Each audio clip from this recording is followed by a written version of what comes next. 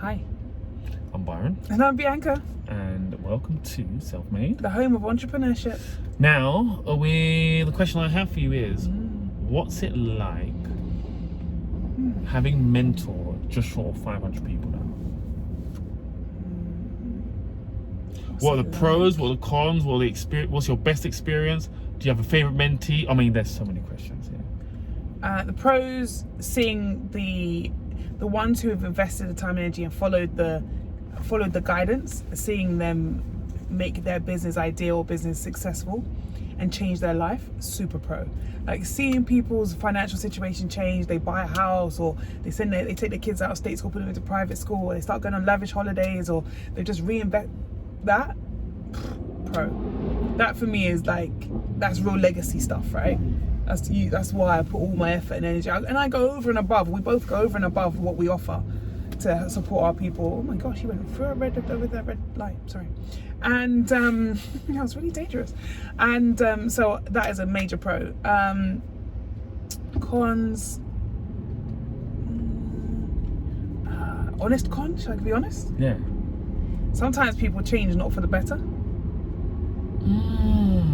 Explain, elaborate, expand. I think some people we've helped to change their life, and they change, and they say money changes you. and I'm okay with, money should change you. Give me like an attribute when you say change, because change could mean different. They just not the positive people that they once were. They're still positive, as I don't know. They get a bit bitter or a bit negative. Something changes in their personality. Whether that's kind of they get the confidence, and the confidence makes them not very approachable, or something changes in them. I can't really explain it. I can't put my finger on it, but it's kind of like we've instilled in them the importance of their value, of their time, and to charge for their time and so on. But some of them, I think, maybe go too far and become think they're like, I don't know, superstars or something, and just don't want to help. So it's bougie. Yeah, something happens, and some of them go a bit weird. I can't you're not articulating it well enough, though. I can't articulate, because I can't understand why you wouldn't give me like an take attribute. the grace give me a behavior. And be nice about it. Look, I think my ethos has always been, it's nice to be important, it's more important to be nice. And I think some people become quite important and they lose that nice element. That is what I'm saying. They've changed. Fair play. Interesting point. Yeah, that's my only, I think that's the only thing I've seen that I haven't liked. And and I cannot tell who it's going to be that's going to go that direction, because they start off so well. They start off so like, oh my gosh, you've changed my life, thank you so much, and then suddenly something, I don't know, must be a switch or something. Have you seen that? No, but that's what I have seen sometimes, and I find strange, is like the mentees that absolutely are in absolute love. They've done some amazing thing with their business. You've shown them clear pathways to make crazy money that they never made before. They're loving everything, and then you don't hear from them after a while, and it's like, okay, fair enough. And then I feel like maybe after they leave the mentoring program, we've mentored just short of 500 people now. This is a numbers game. It's bound to happen, right? Yeah, sure. So it's like, then some of them go bitter. I don't know. It's weird, in a sense of, I think it's like, it's different. You've said it is in they've changed. Only because I think they've turned bitter maybe about they're odd with us potentially, but I have now heard from other people about who've approached them for things and they've been weird with them. Oh, so they're like, I can't help you. Yeah. They've forgotten how much they needed help when they start. There's ways to deal with things. I think some of them have forgotten, and I don't know, it's strange. Yeah. So the one thing I guess for me which is really interesting is that I find really, if I had to pull a negative, is because we talk about the value of your time, charge for your speaking fees or your workshops and so on and so forth. And sometimes we have opportunities, and there are opportunities that don't pay. It is what it is. But then there is always a commercial reason to do something. And I think sometimes they don't always see that. They're too Yeah, we've said make sure you like, trial till they're like yeah, that. so you're like, okay, there's this opportunity. Are you interested in doing it? It may be for us, maybe for somebody else. But we're showing you because it's something quite good. Yes, you make your own independent decision on it.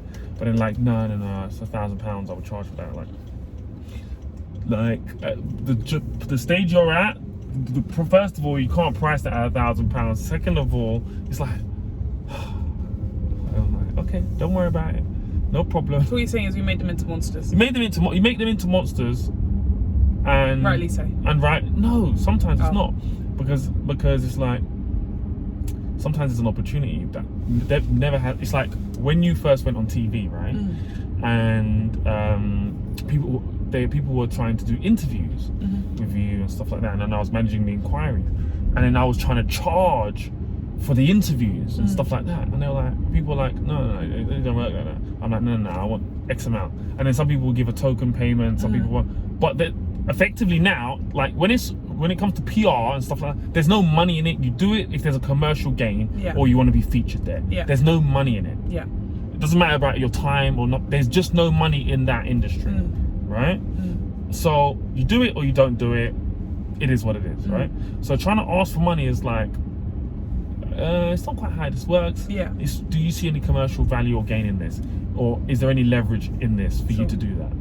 And that's what the battle I have or I've seen. And I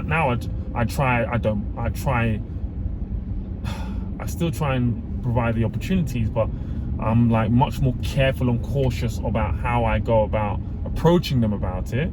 But that's what the one negative thing that I've seen.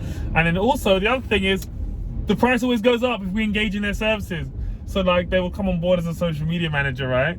And then they charge £100 for the month, and we're like, listen, you need to change your prices. Those prices are too cheap. That needs to be £500. And then we're like, look, we'll use you, we'll support you, and you can use us as your testimonial, blah blah. And we pay £100. Then 2 months later, you get an email. Yep, boom, price is £600. Now you're like, bruh. But you told them the price was too cheap. What was you expecting to happen? I know, but then it always impacts you. But you still got to be open about it and honest about it. And at the end of the day, it is what it is. We still have choice. If they're doing a good job, you continue. If not, we move on with life, right?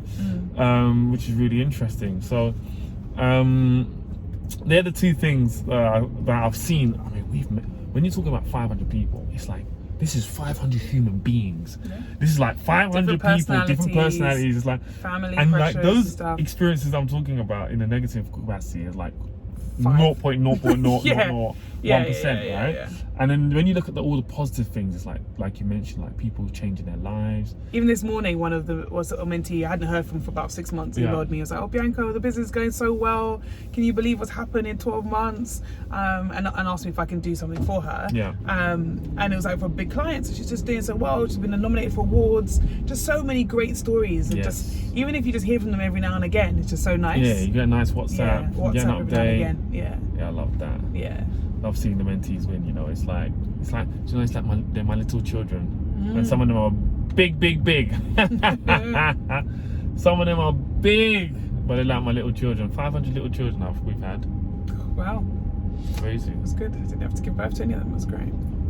It's crazy. Anyway, just talking about the self-made community, absolutely. But I love it. I absolutely love it. I love mentoring, coaching, whatever you want to call it. I love being able to help people to articulate their message better, to give them an action plan, to give them a strategy, like all of that.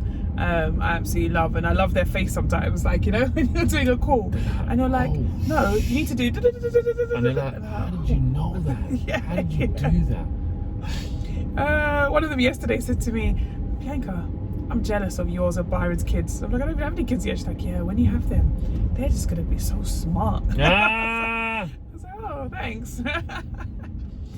So yeah, it is great. It's very fulfilling. Absolutely. Yeah. Right.